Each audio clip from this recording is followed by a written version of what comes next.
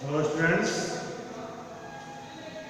इस online class में मैं देवानंद श्रीवास्तव आप लोगों का अपने इस वीडियो चैनल के माध्यम से स्वागत एवं अभिनंदन करता हूं। और स्टूडेंट्स, आप लोग हमारे पिछले वीडियो में सूरदास जी के द्वारा रचित विनय के पद और वात्सल्य के पद का अध्ययन किया था, जिसमें सूरदास जी ने भगवान श्री कृष्ण से पहले के दो पदों में अपने भक्त के लिए, अपने उत्थान के लिए विनय किए थे, विनती किए थे। और आज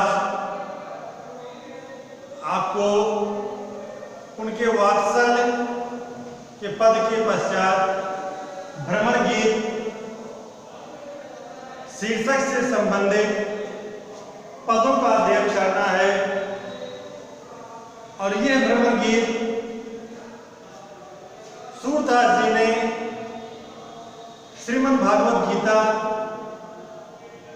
के आधार पर उसी से प्रेरणा लेकर के लिखे हैं। और इस भ्रमर गीत में सूरदास जी ने उद्धव और गोपियों के प्रसंग का वर्णन किया है,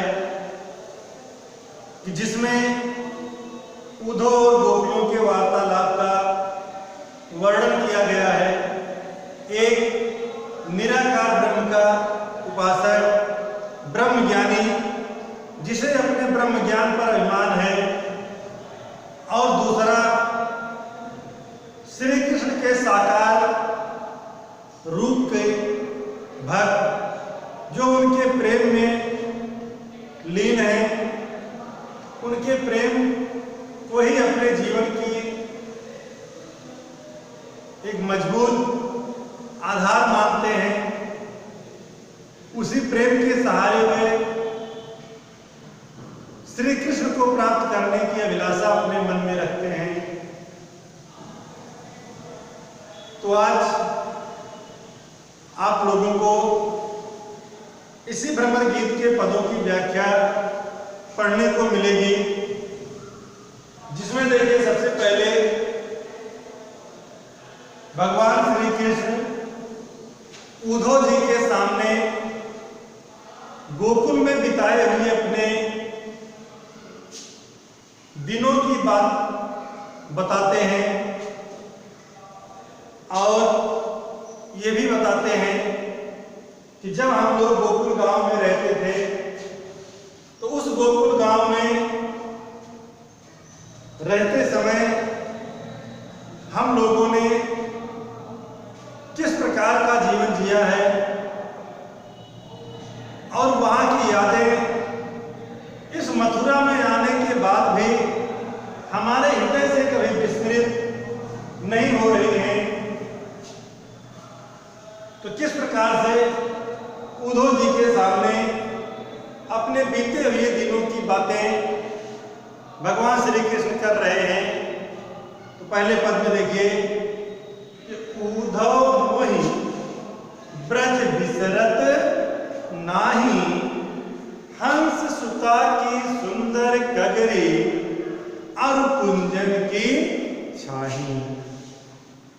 कि उद्धव मोहि ब्रज बिसरत नाही,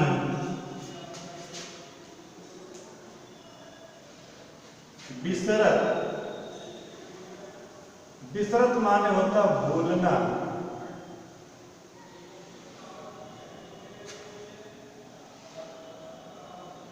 हंस सुता,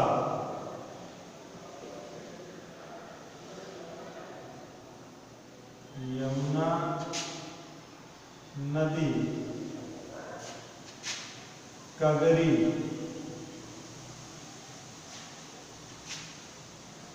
किनारा। उद्धव मोहि ब्रज बिसरत नाही। भगवान श्री कृष्ण कहते हैं कि हे उद्धव जी,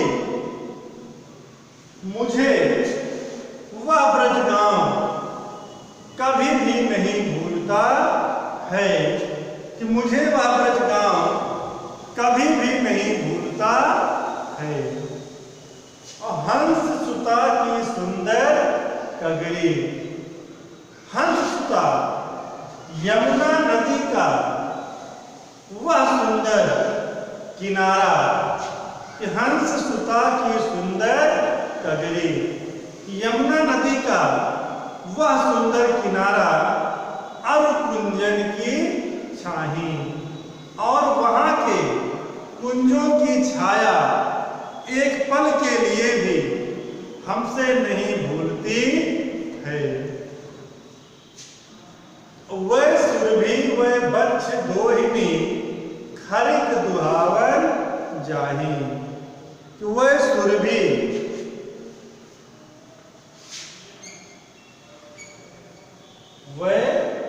सुरभि, सुरभि माने गाय, बच्छ, बच्छ माने बछड़े, तो वह सुरभि वह बच्छ दोहिनी, दोहिनी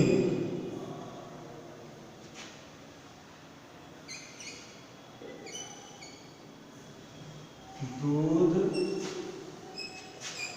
दुहने का पात्र,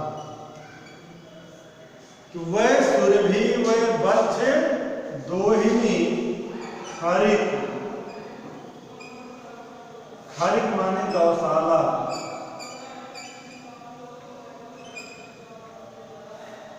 वह सुरभि वह बच्छ दोहिनी।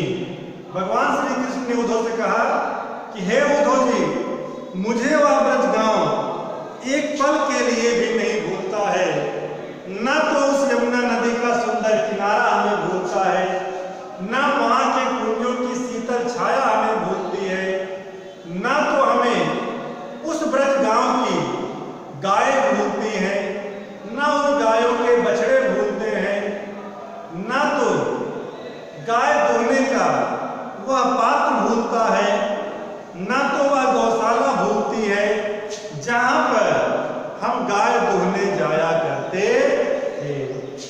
तो वह सुरभि वह बच्छ दोहिनी खरिक दुहावन जाही, कि न तो वह गाय भूलती है, न वह बछड़े भूलते हैं, न गाय दुहने का पात्र भूलता है, और न तो वह गौशाला भूलती है जहां पर हम गाय दुहने जाया करते थे। ग्वाल बाल मिल करत कुलाहल नाचत गही गही बाही।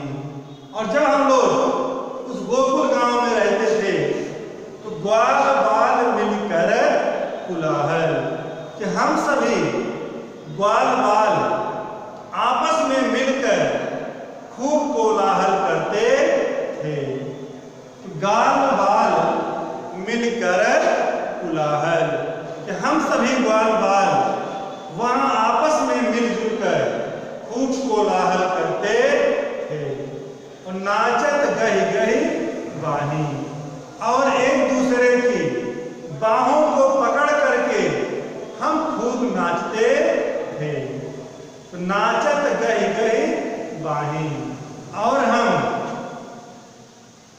एक दूसरे की बाह को पकड़कर खूब नाचा करते थे। और यह मथुरा कंचन की नगरी मन मुक्ताहल जाही, कि यह मथुरा कंचन की नगरी, कंचन माने होता सोना,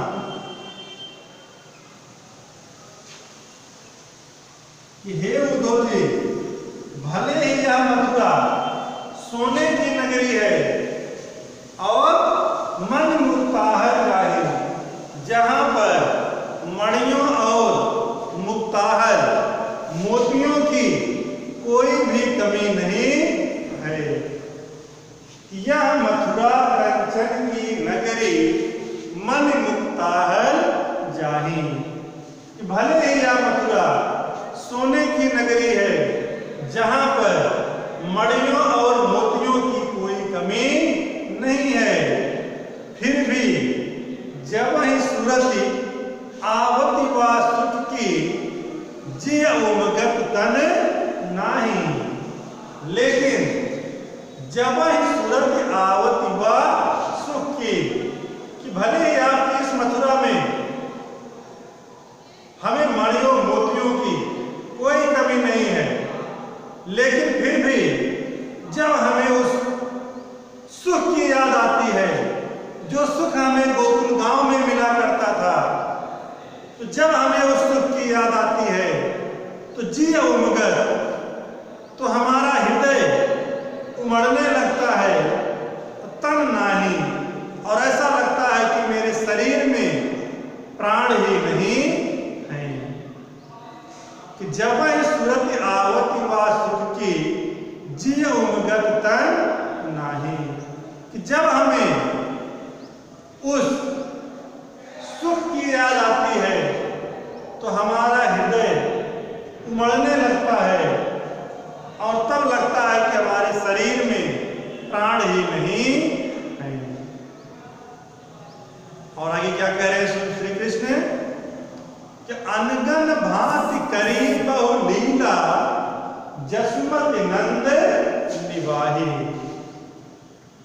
अनगन भांति करी बहु लीला, कि हम उस गोकुल गांव में रहते हुए अनगन अनगिनत प्रकार की लीलाएं किया करते थे।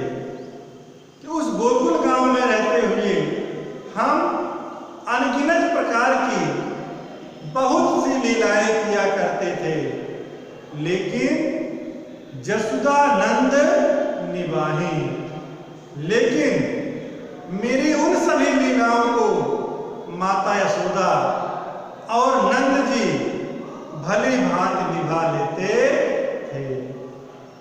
अनगन भांति करी बहु लीला जसुदा नंद निवाही, कि हम उस गोकुल गांव में रहते हुए अनेक प्रकार की बहुत सी लीलाएं किया करते थे, लेकिन उन्हें माता यशोदा और नंद जी भली भांति निभा लेते थे।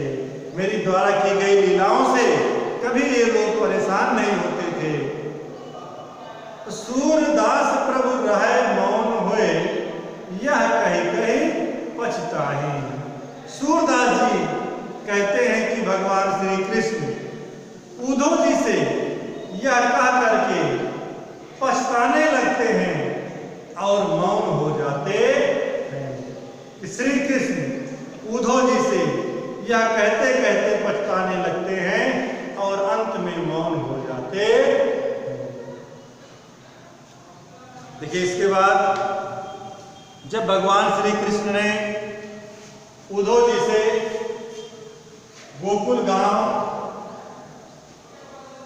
के अपने बिताए हुए दिनों के बारे में बताया और वहां पर मिलने वाले सुखों के बारे में बताया,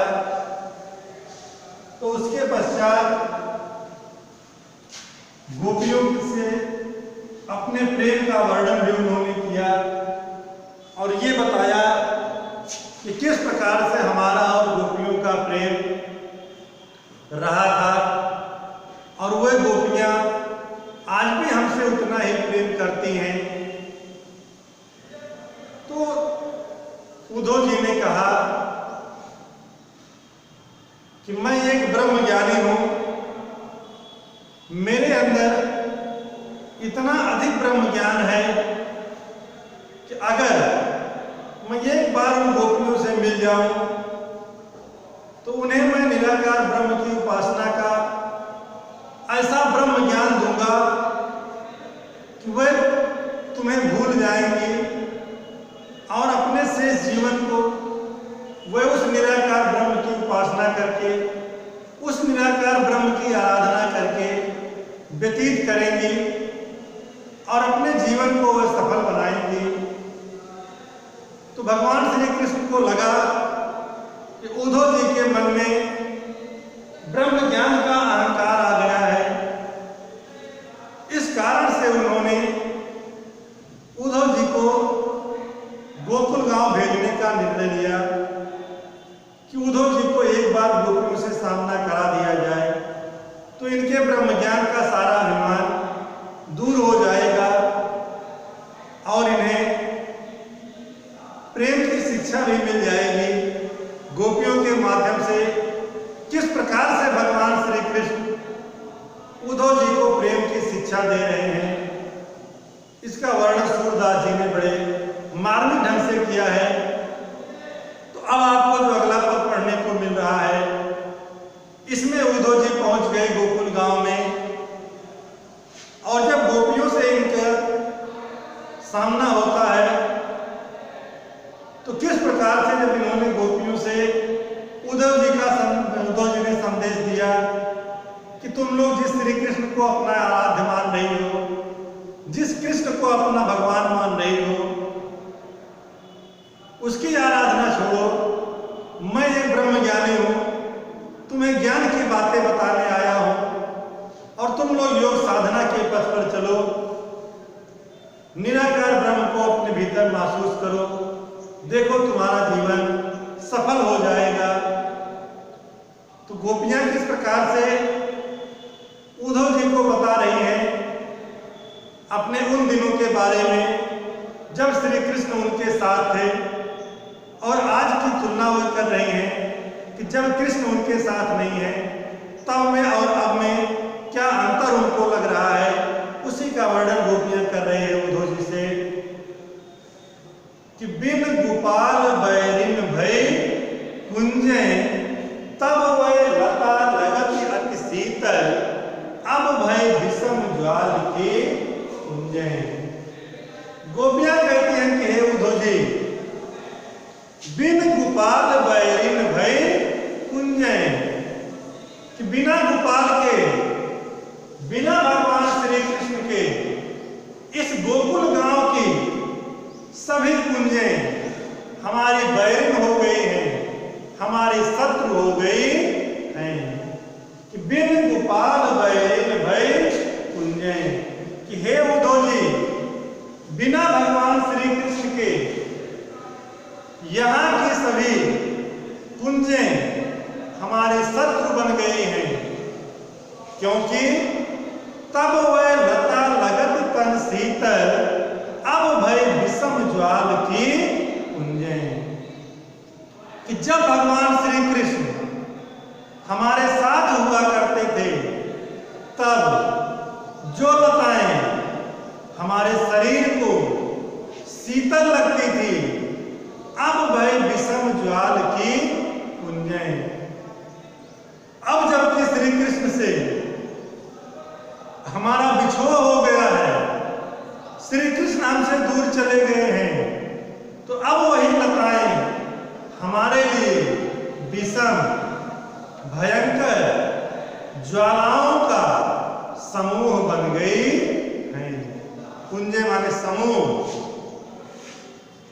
जब भगवान श्री कृष्ण हम गोपियों के साथ हुआ करते थे तो जो लताएं हमारे इस शरीर के लिए शीतल लगती थी, आज वही लताएं हमारे लिए भयंकर ज्वालाओं का समूह बन गई हैं, हमारे लिए अत्यधिक कष्टदायी बन गई हैं। और जिस यमुना नदी के किनारे हम लोग क्रीड़ा किया करते थे, हम लोग खेला करते थे, अब वह कैसी लग रही है कि वृथा बहत जमुना खग बोलत। और आज हमें ऐसा लगता है कि वृथा बहत जमुना, कि यह यमुना नदी व्यर्थ में ही बह रही है, कि वृथा बहत जमुना खग बोलत। कि आज हमें ऐसा प्रतीत हो रहा है कि यह यमुना नदी व्यर्थ में ही बह रही है और व्यर्थ में ही खग बोलत, पक्षी बोल रहे हैं। कि व्यर्थ में ही यमुना नदी बह रही है, व्यर्थ में ही पक्षी बोल रहे हैं और वृथा कमल फूलन अली गुंजे। और व्यर्थ में ही कमल के फूलों के ऊपर, अली माने भंवरा, अली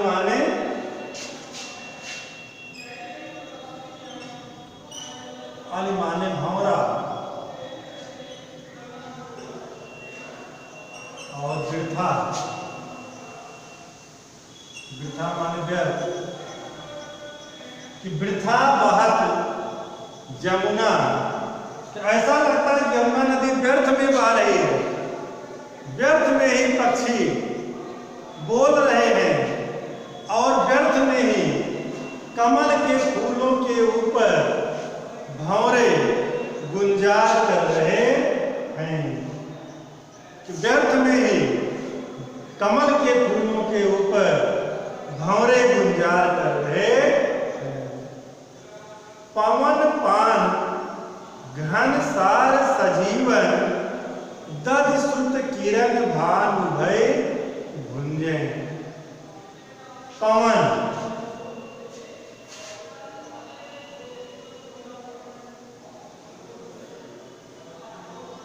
हवा, पान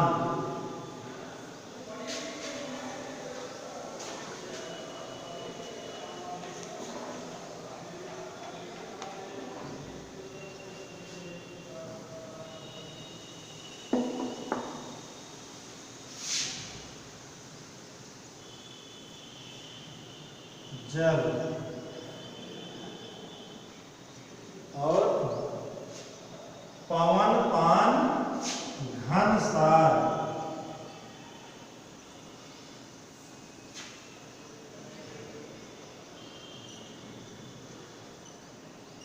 कपूर, पवन पान घनसार सजीवन,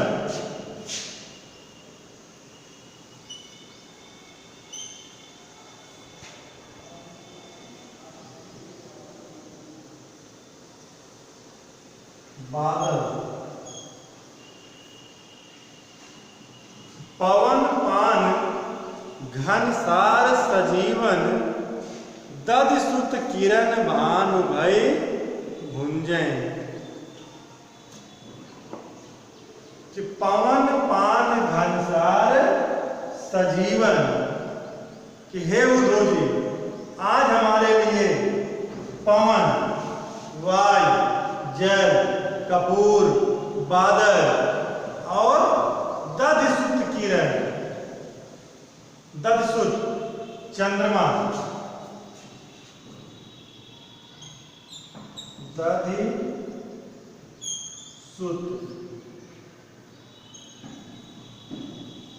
चंद्रमा,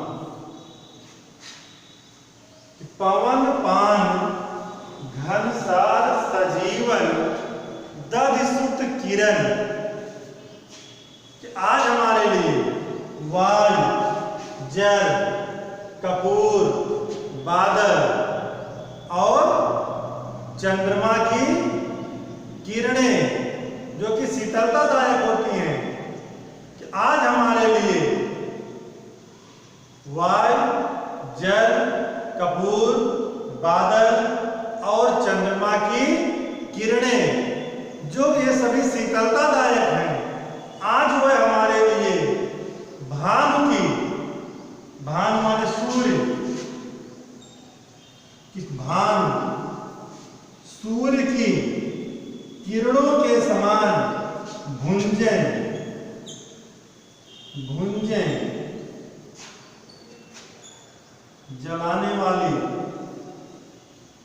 कि आज हमारे लिए वायु, जल, कपूर, बादल और चंद्रमा की किरणें ये सभी सूर्य की किरणों के समान जलाने वाली हो गई हैं।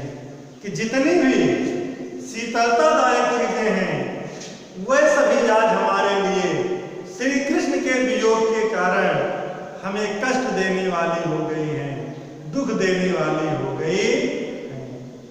कि पवन पान घनसार सजीवन, दधिसुत किरण भानु भय भुंजे। वायु, जल, कपूर,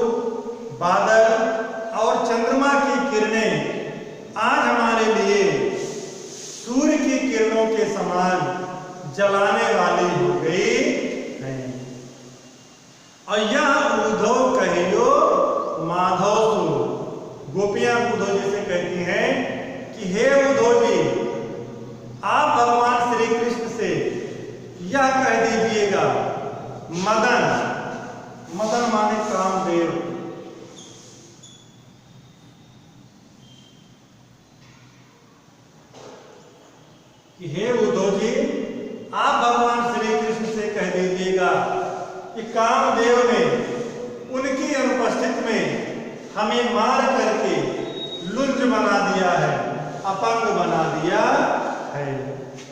कि आप उनसे यह कह दीजिएगा कि आपके वियोग के कारण, आपकी अनुपस्थिति में कामदेव ने हमें मारकर अपंग बना दिया है, हमारे अंग अंग को लुंज कर दिया है। सूरदास प्रभु तुम्हारे दरस को मद जोवत अखियां भय झुंझे। और आपके दर्शन का मार्ग देखते देखते हमारी आंखें सूख रही हैं, हमारी आंखें दुखी हो रही हैं। कि आप उनसे कहिएगा कि आपके दर्शन का मार्ग देखते देखते हमारी आंखें अब अत्यधिक दुखी होने लगी हैं। और इसके बाद आगे देखिए, अगले पद में गोपियां उद्धव जी से किस प्रकार से ये बता रही हैं कि हमारे लिए भगवान श्री कृष्ण कितने कीमती हैं। इसका वर्णन किस प्रकार से गोपियां कर रही हैं और किस उपमा के माध्यम से, कि हमारे हरिहारिल की लकड़ी। गोपियां कहती हैं कि हे उद्धव जी,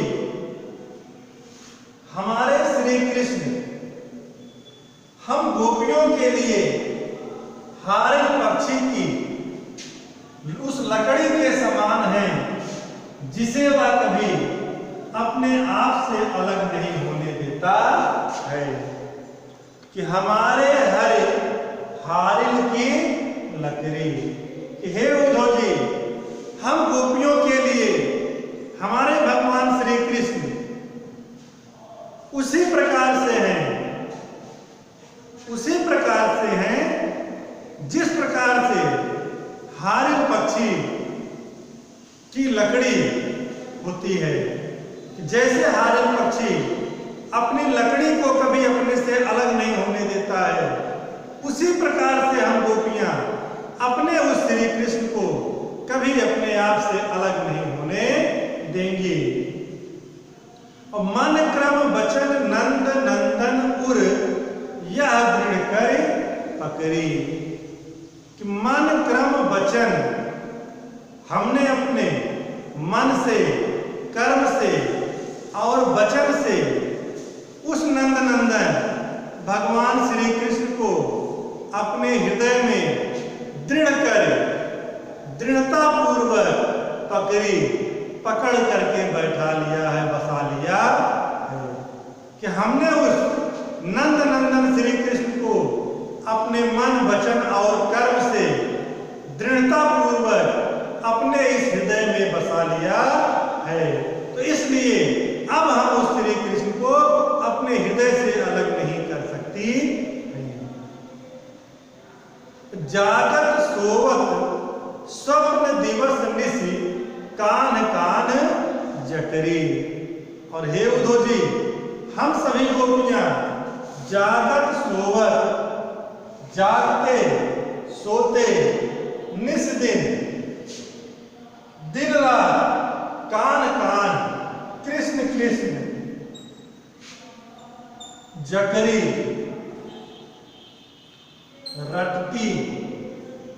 रटती रहती है।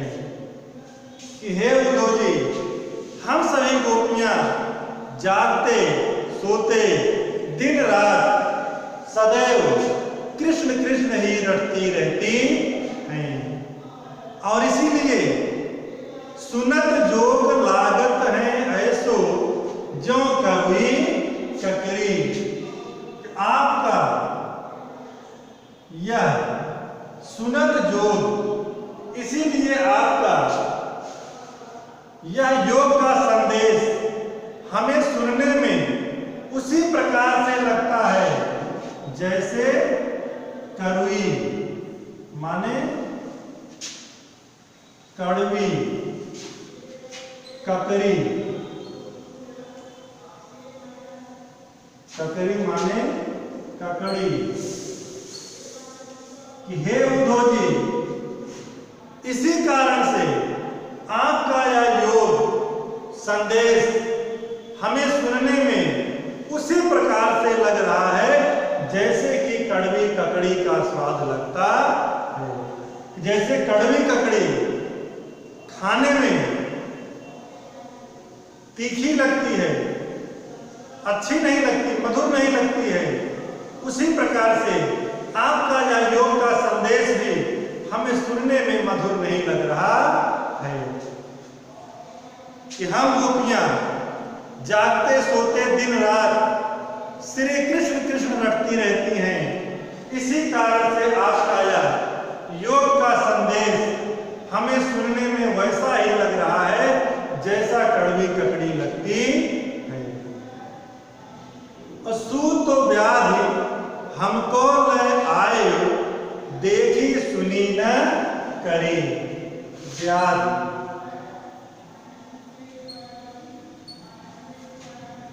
व्याधि माने होता है रोग।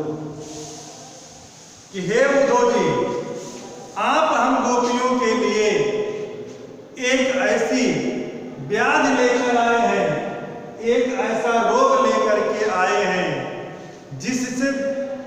जिसे हमने आज से पहले ना तो कभी सुना है और ना तो इसका कभी हमने अनुभव ही किया।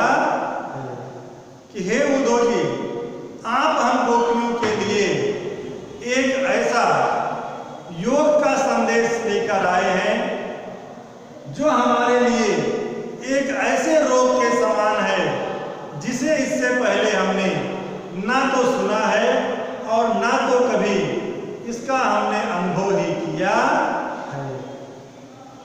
यानी आप जो रोग लेकर आए हैं, इस रोग के बारे में हमने पहले कभी सुना भी नहीं था और कभी हमने इसका अनुभव भी नहीं किया है। और यह तो सूर तिनहि लय सौंपो, जिनके मन चकरी। चकरी स्थिर। गोपियां कहती हैं कि हे उद्धव जी, आप अपने इस योग के संदेश को तिनहि उसे ले जाकर के सौंप दीजिए, जिनके मन चकरी, जिनका मन अस्थिर है। कि हे उद्धव जी, आप हम गोपियों के लिए एक ऐसा संदेश लेकर के आए हैं जिसे हमने इससे पहले ना तो कभी सुना है और ना तो कभी हमने इसका अनुभव ही किया है। इसलिए आप इसे ले जाकर के उन्हीं को सौंप दीजिए जिनके मन अस्थिर हो, जिनके मन चंचल हो, क्योंकि उनको उसी की आवश्यकता है। हमारे मन चंचल नहीं है, हमारा मन तो भगवान श्री कृष्ण के प्रेम में स्थिर हो गया है, एक चित्त उनके ध्यान में लगा रहता है। तो इसलिए हमारा मन श्री कृष्ण के प्रेम में स्थिर है। हमारे मन को आपके इस योग संदेश की कोई आवश्यकता नहीं है। आप इसे ले जाकर के उन्हें सौंप दीजिए जिनका मन चंचल हो, जिनका मन अस्थिर हो। तो स्टूडेंट्स, आज के इस वीडियो में इतना ही। इसके बाद आपको आगे की व्याख्या हमारे अगले वीडियो में मिलेगी। तब तक के लिए स्टूडेंट्स, धन्यवाद।